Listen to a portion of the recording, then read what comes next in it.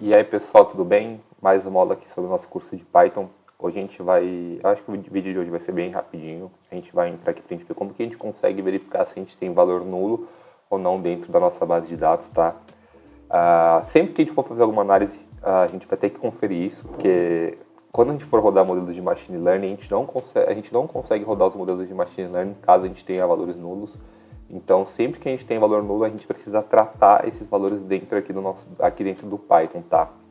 Uma coisa muito importante é a gente ter em mente como que a gente vai tratar esses valores nulos e quando a gente deve tratar. A gente sempre deve tratar, né? Mas existem modos diferentes de tratamento que a gente precisa ter aqui dentro do Python, tá? Nas próximas aulas a gente vai entrar mais a fundo nisso, mas nessa videoaula aqui a gente só vai ver como que a gente consegue verificar caso a gente tenha valores nulos aqui dentro da nossa base de dados, tá? Bom, eu vou começar aqui importando a biblioteca, vou importar o Pandas, tá? Aqui a gente já fez isso algumas vezes, então a gente está importando a biblioteca Pandas com o nome de PD aqui para a gente deixar mais fácil de utilizar. Eu vou ler essa database aqui, tá? Essa base de dados eu peguei dentro do Kaggle, eu estou colocando ela dentro da variável df, estou usando a função read_csv aqui do Pandas, e o nome dessa base de dados é laptops_test.csv. Vou dar um head aqui só para a gente verificar os nossos dados, tá? A gente vê que aqui a gente tem alguns dados, tá? Manufatura, então qual que é a marca do notebook, o nome do modelo, a categoria. Então aqui, provavelmente essa base de dados aqui seria para a gente verificar se a gente consegue prever o preço, alguma coisa do tipo. Então aqui a gente tem uma lista de notebooks e a gente tem os dados desses notebooks, tá? Vamos ver o primeiro método que a gente consegue verificar se a gente tem valores nulos dentro da nossa base de dados, tá? A gente abordou isso na última aula, quando a gente falou sobre hash, o info e o .describe.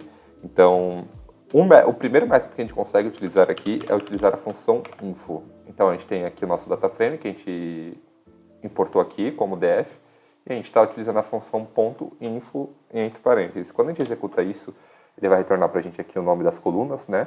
Aqui quantas colunas a gente tem, quantas linhas a gente tem, e aqui ele tem esse non-count, que ele está contando para a gente quantos números não nulos a gente tem dentro da nossa base de dados, tá? Então a gente vê que aqui a gente tem 325 itens, né? E aqui a gente tem o nome das colunas. Cada linha aqui significa que essa linha está falando sobre essa coluna. Então a gente consegue ter uma visualização aqui. Aqui a gente consegue ver que a gente tem 325 não dados não nulos, 325, 325. Mas quando a gente chega aqui no Operation System Version, a gente vê que a gente tem 291. Então isso daqui indica pra gente que a gente tem alguns valores nulos nessa coluna, tá? Então a gente vai ter que tratar esses valores nulos antes de a gente começar aqui a nossa análise exploratória ou a parte de machine learning mesmo, a gente vai precisar tratar esses valores nulos, tá?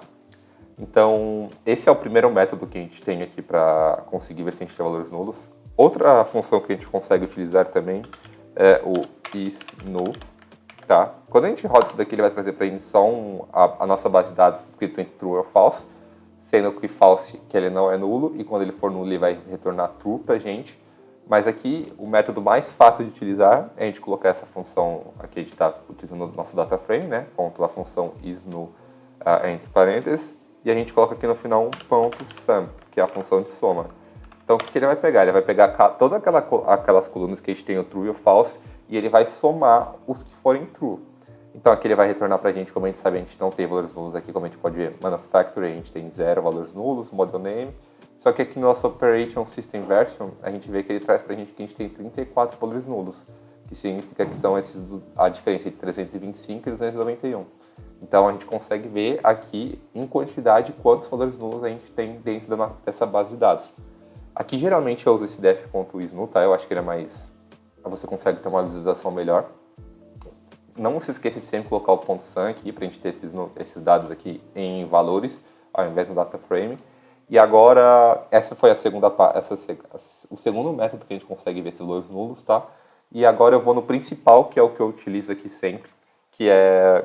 A gente vai utilizar o mesmo código aqui de cima, def.isNull.sum.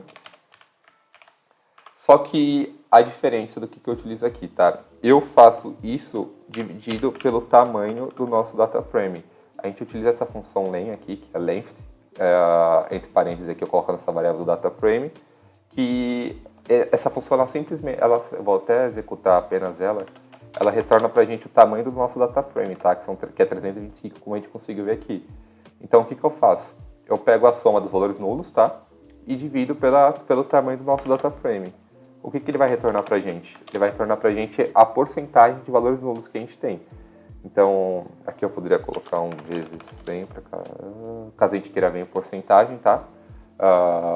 Então aqui a gente consegue ver que a gente tem 10% dos nossos dados dessa variável prediction system version, que são valores nulos. É bom a gente saber em porcentagem, porque tudo bem que cada caso é um caso, tá? Depende da variável, você precisa sempre falar aqui com a área de negócio, quando você estiver trabalhando profissionalmente, para verificar como que você deve tratar esses dados nulos. Mas eu geralmente, caso aqui tenha mais de 15% ou 20% dos nossos dados e não seja uma variável tão importante, eu retiro esses dados. Então eu sempre utilizo a porcentagem para ver quantos dados a gente tem, qual a porcentagem de dados que a gente tem de nulos dentro daquela coluna e através dessa porcentagem eu decido como que eu vou tratar esses dados, tá? Então eu acredito que aqui a gente consegue fazer alguns outros tipos de gráficos, etc, para a gente verificar os valores nulos, mas eu gosto são coisas que dão o mesmo resultado que aqui, e aqui é o método mais simples que a gente consegue fazer, tá? Então a gente tem essas três opções. Ou a gente utilizar o ponto .info, que ele mostra a contagem de valores que a gente tem e a gente consegue ver se a gente tem valores nulos. O df.isNull, a função utilizando a função isNull.sum, que ele traz para a gente isso em quantidades. E aqui a gente utilizar o df.isNull.sum dividido pelo tamanho do nosso data frame, que ele traz para a gente a porcentagem, em que a gente consegue ver a porcentagem de valores nulos que a gente tem por cada coluna, tá? Eu acho que é isso. Não tem muito segredo aqui para a gente verificar os nossos valores nulos. Nas próximas aulas a gente vai aprender como que a gente consegue tratar esses dados, tá? Como que é o melhor método de tratar. Lembrando que cada caso é um caso, mas a gente vai se aprofundar isso nas próximas aulas.